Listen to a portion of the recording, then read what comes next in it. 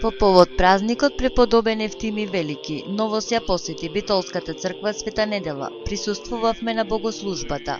Отецот Диме Пеовски на присутните им го раскажа житието на Евтими Велики. Роден е во еременскиот град Мелитана, близу до реката Еуфрат околу 377 година од благородни и угледни родители.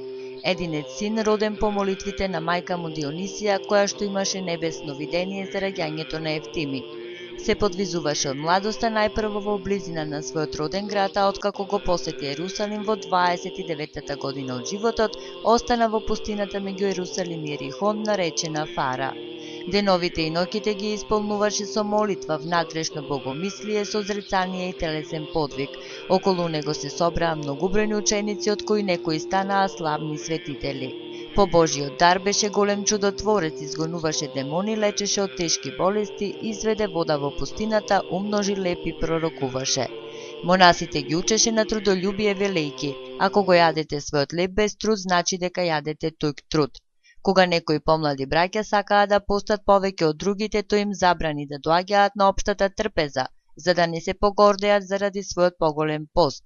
Уште говореше дека за монах не е добро да преминува од место на место, зашто дрвото кое често се пресадува не носи плодови. Секој што сака да прави добро може да го прави на местото каде што се наоѓа. За љубовта велеше: тоа што е солца за лебот, тоа е љубовта за другите добродетели. Во првата недела од честниот пост се оддалечуваше во пустина и таму остануваше во молчение и богомислие до пред Великден. За време на неговиот живот во негова близина се создаде огромна лавра, која што после со векови беше преполна со монаси, како кошница со пчели. Неговата последна заповед беше да го чуваат гостолюбието во манастирот и манастирската порта никогаш да не биде затворена. Се упокои во 97-та година од животот. На погребот му беше и Иерусалимскиот патриарх Анастаси. Патриархот чекаше цел ден, додека огромната маса народ го целиваше светителот и дури вечерта успеа да го опее. Седмиот ден после смртта свети Евтими му се јави на својот ученик Дометијан, сиот светол и радосен. Преподобен Евтими навистина беше син на светлината. Се упокои во 473 година. На денешната богослужба во Битолската црква Света Недела покрај верниците присуствуваа и членови на Унија на млади сили од ВМРО ДПМН од Битола. За новост представникот од Општинскиот комитет на Унијата на млади сили од Битола Игор Петковски изјави дека нивната денешна посета на ова свето место е поради покренувањето на иницијативата да се промовираат духовните вредности кај младите. Од оваа партија најавуваат дека наскоро ќе реализираат трибина наменета за веронауката.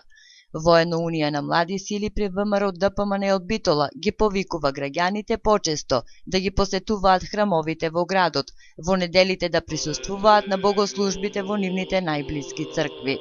Верниците денес токму овде се поклонуваа и ги целиваа светите мошти на преподобен Евтими Велики. Овие свети мошти во Битолскиот храм Света Недела ги донесе отецот Вартоломе од Лешани, манастир Сите светии. Моштите остануваат во Битолската црква Света Недела, изјави за новост отецот Диме Пеовски. Покрај ова, верниците денес во оваа црква се поклонуваа и ги целиваа и моштите од витлеемските дечиња што ги погуби Ирод.